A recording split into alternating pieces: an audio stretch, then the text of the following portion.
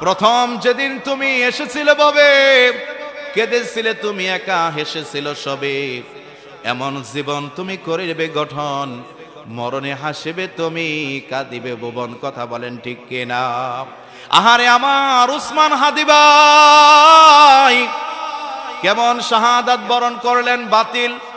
বাতিলরা, ওই স্বৈরাচারীরা আমার প্রিয় হাদি ভাইকে বাঁচতে দিল না। কিন্তু মানুষকে কেমন ভালোবাসতে পারে এর বাস্তব নমুনা হাদি ভাই আমাদেরকে দেখিয়ে গেলেন। কথা বলেন ঠিক কিনা? হাদি ভাইয়ের জন্য তামাম বাংলাদেশের মানুষ, লক্ষ লক্ষ কোটি কোটি মানুষ চোখের পানি ছেড়ে কেঁদেছে। কথা বলেন ঠিক কিনা? আহারে কোরআনের পাখি আল্লামা সাঈদী ইসলামের জন্য জীবনটা দিয়ে দিলেন। যিনি আল্লাহ তাআলার কোরআন সামনে এনে কোরআনুল কারীমের তাফসীর করতেন, যার তাফসীর শুনে কলিজাটা শীতল হয়ে যাইত। কথা বলেন ঠিক কিনা? কিন্তু বাতিলরা বাঁচতে দেয় নাই। আল্লামা সাঈদী রাহিমাহুল্লাহকে শহীদ করে দিয়েছেন।